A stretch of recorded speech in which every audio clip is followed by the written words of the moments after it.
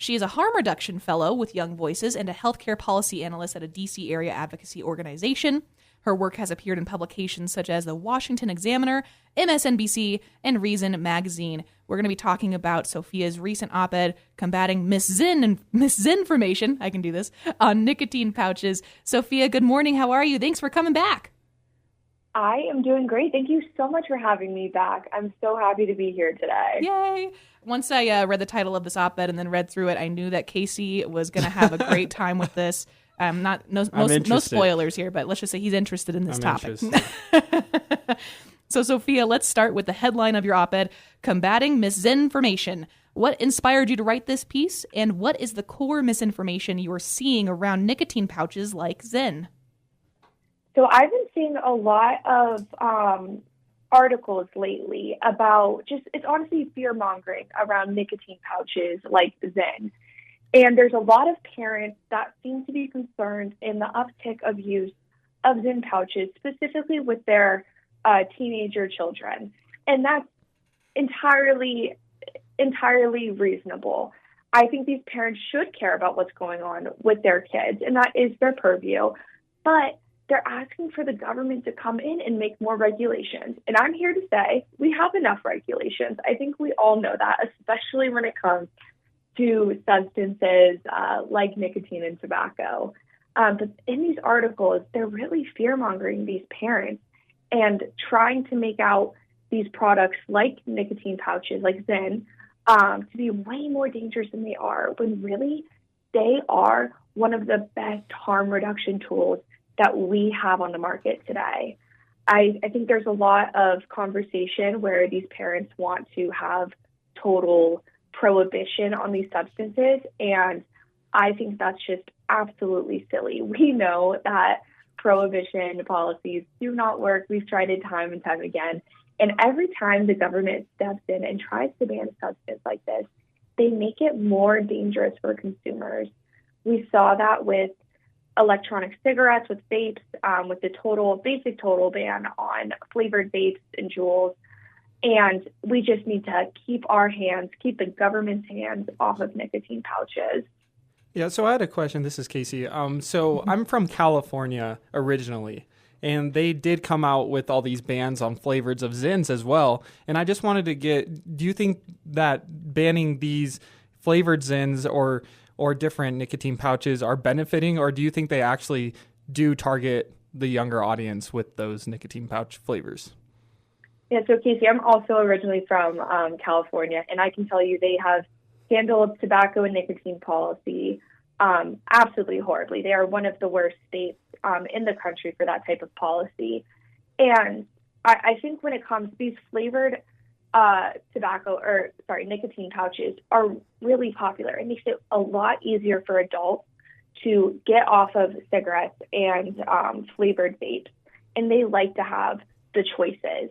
Sure, some teenagers, some youth are using these products, but they're not being marketed towards the children. I think it's different when you see social media trends, but that's not something that the government can come in and ban and regulate. And so I think totally outright banning these flavored products, which clearly the market wants, clearly adult users want. They keep buying it. They're extremely popular. I think it's silly. So when the federal government put a blanket ban on flavored tobacco and nicotine products and basically took all of the flavored vapes off of the market and took the most popular product, Juul, out of the market, that left a huge hole that was then filled by illicit, unregulated flavored vapes. Mm-hmm. And consumers still wanted it, and so they were buying these products that they had no clue what was in them, and they had no clue what it could do to their bodies and to their health. And so I think if the government goes and totally bans flavored nicotine pouches, we're going to see the exact same thing that we saw with vapes. It's going to be the same story, and consumers are going to be in the same spot where they don't know what they're consuming, and they don't know what they're getting when they buy these products, and they don't even know that they're unregulated. So I think the government just has to keep their hands off of it and let adults make these decisions for themselves. So you make a strong comparison between current U.S. policy on nicotine pouches and like you mentioned, the earlier crackdown on flavored e-cigarettes. So specifically, what lessons should lawmakers have learned from the Juul era bans? It's so recent that it should be in their mind that they know that this doesn't work. They need to just keep their hands off of it entirely. The crackdown on Juul just completely screwed up the e-vape market. And so they overly restricted it and took away the things that adults wanted. No matter what the government does, teenagers are still going to get their hands on these products through illicit means. There's nothing that we can do to stop that happening. That's where parents need to come in and make sure, like, engaging with their children and informing them and educating them on these products and making sure that they're making good decisions. But it's not the government's role to parent our own children and to parent adults and make these choices for us. So I really think we need to give the power back to parents to make these decisions and to have these conversations and allow adult consumers to buy regulated products on the legal market. That's a very good point. We're talking with Sofia Hamilton, policy analyst at Americans for Prosperity and harm reduction fellow with Young Voices. We're talking about combating misinformation on nicotine pouches. In your piece, Sofia, you point to Sweden's smoke-free status as a model. What exactly did Sweden do differently, and how could American policymakers replicate that process? Yeah, so Sweden is a wonderful example of harm reduction in action. So we actually got Zyn and nicotine pouch products from Sweden.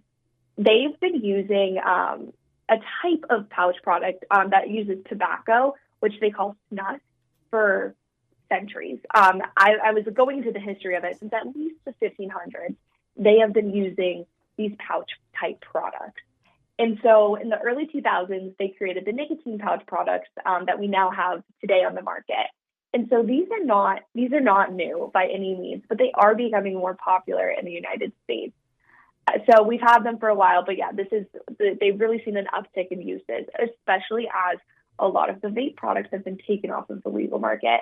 People are switching over to these pouch products. Sure. But the EU put out a really ambitious goal to become entirely smoke-free, which means that less than 5% of the adult population is smoking by 2040. And Sweden was able to reach that goal in 2024, last year. Wow. So they went from having 15% of the population smoking to less than 5%, and they attribute that to these nicotine pouches and these tobacco pouches, because that's the rage in Sweden. And you look at their rates of oral cancer, they're lower than the United States because no one is smoking. They're just using these tobacco pouches. And so we really need to look at Sweden as a wonderful example of real harm reduction policies. And instead of banning, promoting these products that are better and less harmful than cigarettes and unregulated vapes. So, Sofia, going off of what you just said there, a lot of critics are arguing that nicotine pouches could still pose oral health risks like cancer. But what does the research, particularly from institutions like Harvard, actually show about these risks? Yeah, I've looked into this a lot because it is a concern for me. I'm very health conscious, and the research is inconclusive. It's not showing that there's any connection to oral cancer. You can have gum irritation and gum recession, and oral health is incredibly important. And so that's something that consumers should be looking out for. But there's no link to oral cancers, and that's what the studies at Harvard say. And there's no research out there making that connection. But you'll see opponents to these products trying to make that link, but there's no credible research out there stating that. Can you explain how prohibition often drives consumers toward illicit and more dangerous alternatives? Can you explain how that's already happening in the U.S. with the vaping products and how that could repeat with nicotine pouches? 100%. Prohibition makes consumers less safe.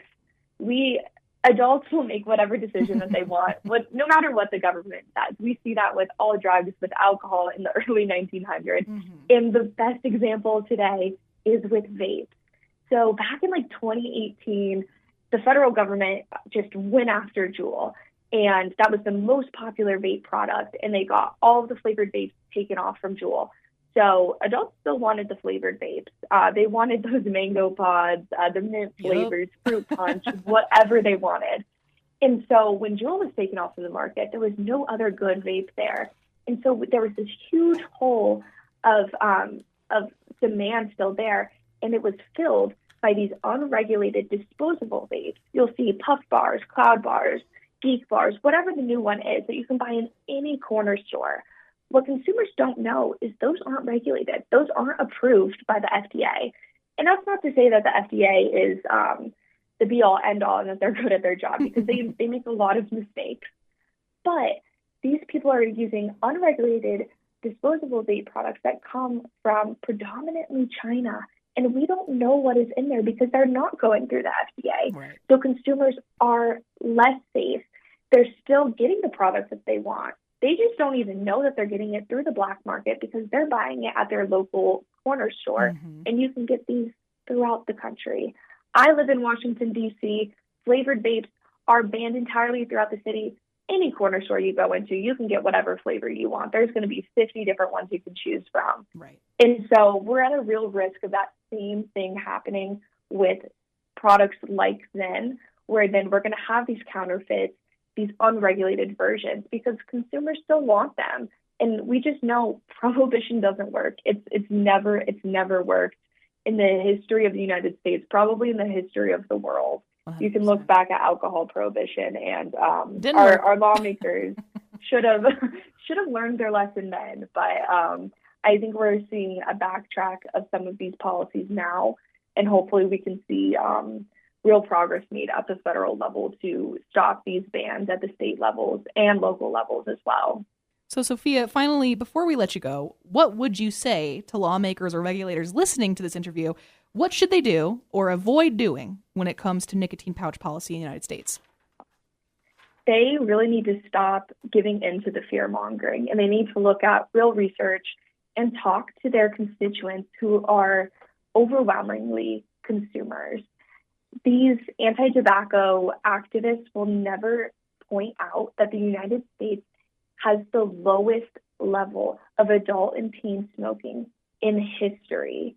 And that's because of regulated vapes and because of products like Zen. And so they really just need to keep their hands off, no more bans, and allow the market to work how they want and how consumers want it to look like.